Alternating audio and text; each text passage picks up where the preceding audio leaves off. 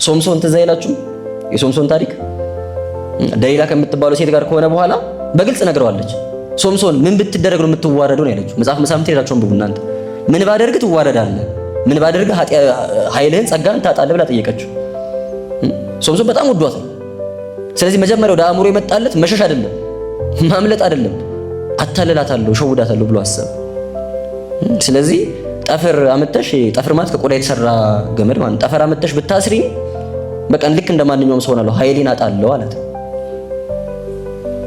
አይገርማችሁም? ሲተኛ ጠፍር ፍለጋ ሄደች፣ ይዛ መጣች፣ በተኛበት አሰረችው።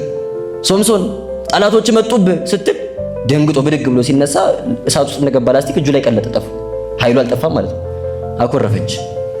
አሁን ማን ነው ማኩረፍ ያለበት? ከሁለት አኮረፈች። እንዴት ታታለለኛለህ አለችው። ምን ባደርግ ነው ኃይልን የምታጣው ንገረኝ።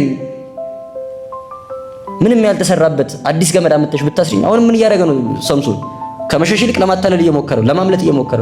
ምንም ያልተሰራበት አዲስ ገመድ አመጣሽ ብታስሪኝ ኃይሌን አጣለሁ አላት። ሲተኛ ጠብቃ አዲስ ገመድ ገዝታ በተኛበት አሰረችው። ሶምሶን ጠላቶች መጡብህ። አሁንም ብድግ ሲል ገመዱን ይዞ አልቻለም። አትወደኝም አለች። ብትወደኝ ኖሮ አታታልለኝም ነበረ። እስቲ ልብህን ንገረኝ አለችው። ሶምሶን አሁንም አልሸሸም፣ አሁንም አልነቀ። እስቲ ደግሞ ላታላታልና ጸጉሬን ከሐር ጋር ብትጎነጉኙ በችካልም ብትቸኪው ኃይሌ ምን እላለሁ አጣለሁ አላት። የሶምሶን ኃይሉ ያለው ምኑ ላይ ነው? ከጊዜ ወደ ጊዜ እንዴት ወደ እውነታው እየቀረበ እንደሆነ እያያችሁ፣ ከጊዜ ወደ ጊዜ ከፈተና ወደ ፈተና እንዴት እየተሸነፈ እያለ ማለት ነው። የበለጠ እየቀረበ መጣ። አሁንም ጠላቶች መጡብስ ብሎ ብድግ አለ፣ ምንም እንዳልሆነ ሰው ሁሉ ማለት ነው። ይህን ጊዜ አምርራ አኮረፈች ይላል። ነፍሱን እስከ ሞት ድረስ አስጨነቀቻት፣ ዘበዘበችው ነው የሚለው መጽሐፍ ቅዱስ። እስከ ሞት ድረስ አትወደኝም፣ እንዴት ወድሻለሁ ትለኛለህ? ብትወደኝ ኖሮ አትዋሸኝም ነበር። እስቲ ልብህን ንገረኝ፣ ትወደኛለህ ወይ አለች። ይህን ሁሉ የምትደክመው እኮ ኃይሉን ለማሳጣት። እስከ ሞት ድረስ ስታስጨንቀው እሱም የልቡን አውጥቶ ነገራት። እኔ ለእግዚአብሔር የተለየው ናዝራዊ ነኝ፣ በፀጉሬ ላይ ስለታልፎ አያውቅም። ፀጉሬን ብትቆርጪው ብላጭ ኃይሌን አጣዋለሁ አላት። አባብላ እየዳበሰች ጉልበቷ ላይ አስተኛቸው። በሱ በተኛበት ጓዳዋ ከደበቀቻቸው የፍልስጤም ጎረምሶች አንዱ መጥቶ ፀጉሩን ቆረጠ። ሶምሶን ጠላቶች መጡብህ። ሶምሶን እነሳለሁ፣ ኃይልን አደርጋለሁ፣ አሸንፋለሁ ሲል ኃይል የለውም። ኃይሉን አጥቷል፣ ጸጋውን አጥቷል፣ ከእግዚአብሔር ርቋል። ይሄኔ እያፌዙ መጥተው ወሰዱት። ሁለቱ አይኖቹን አጠፉበት። ከአህያ ጋር ወፍጮ እያስፈጩ፣ ወፍጮ ታውቃላችሁ አይደል? ወይ ወፍጮ ድንጋይ አሁን በእኛ ዘመን የሚዞረው በምንድን ነው? በሞተር አይደል? አታውቁም?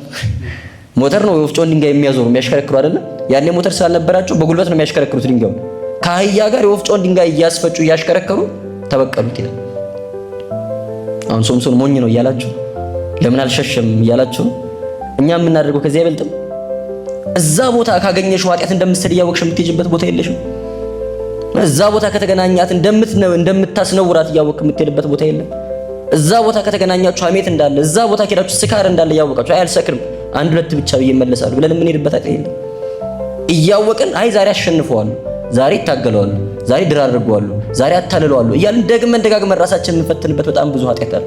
ማምለጥ እያለብን ስላላመለጥ ነው፣ ማሸነፍ እያለብን ስላላሸነፍ ብሎ ካሰበ የማይነሳበት ኃጢአት ነው፣ የማይወጣበት ኃጢአት። በጣም ብዙ ወንድሞቻችን፣ በጣም ብዙ እህቶቻችን የማይወጡበት ጉድጓድ ሆኖባቸው፣ የማይወጡበት ሳይክል ሆኖባቸው ወድቀው የቀሩት በዛ መልክ።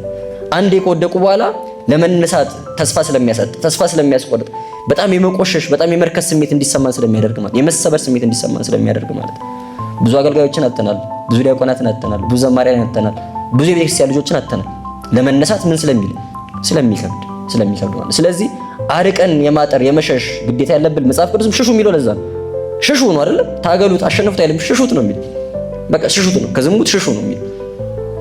የምንታገለውና ማንታገለው ኃጢአት አለ። ለዛ ነው ጌታችን መድኃኒታችን ኢየሱስ ክርስቶስ ዝሙትን በተመለከተ ሲያስተምር፣ ያው ሁላችንም እንደምናውቀው አስቀድሞ በሙሴና በነቢያት የተሰጡ ሕጎችን እግዚአብሔር አምላክ አላስቀራቸውም አይደል? በአዲስ ኪዳን ጌታችን ልሽራቸው አልመጣሁም ማለት አይደል? ምን ላደርጋቸው ነው የመጣሁት አለ? ልፈጽማቸው አይደል? ፍጹም አላደርጋቸው፣ ፐርፌክት ላደርጋቸው ነው የመጣሁት አለ። ልሽራቸው ላስቀራቸው ሳይሆን ላሻሽላቸው፣ ላሳድጋቸው፣ ፍጹም አላደርጋቸው ነው የመጣሁት ብሎ። ስለዚህ በኦሪቱ አትግደል ነበረ። ለአባቶቻችሁ አስቀድሞ አትግደል እንደተባለ ሰምታችኋል። እኔ ግን እላችኋለሁ ወንድሙን በከንቱ የሚቆጣ ፍርድ ይገባዋል፣ ወንድሙን የሚሳደብ የገሃነም ፍርድ ይገባዋል። በኦሪቱ ተከልክሎ የነበረው መግደል ነው አይደል? አሁን ግን ግድያ ጋር ምን አደረሰ? ወደ ግድያ የሚወስደው ቁጣ እንኳን ምን አለን? አልተፈቀደልም፣ ኃጢአት ነው። ህጉ ከበረ ወይስ አልከበረ? ከፋለ ወይስ ከፋላለ? የተሰጠን እግዚአብሔር ጸጋ ከፍ ስላለ በአዲስ ኪዳን ያለን ክርስቲያኖች የሚጠበቅብንም ነገር ምን ብሏል? ከፍ ብሏል። ብዙ ከሰጡት ብዙ ይጠብቁበታል ስለሚል መጽሐፍ ቅዱስ ማለት ነው።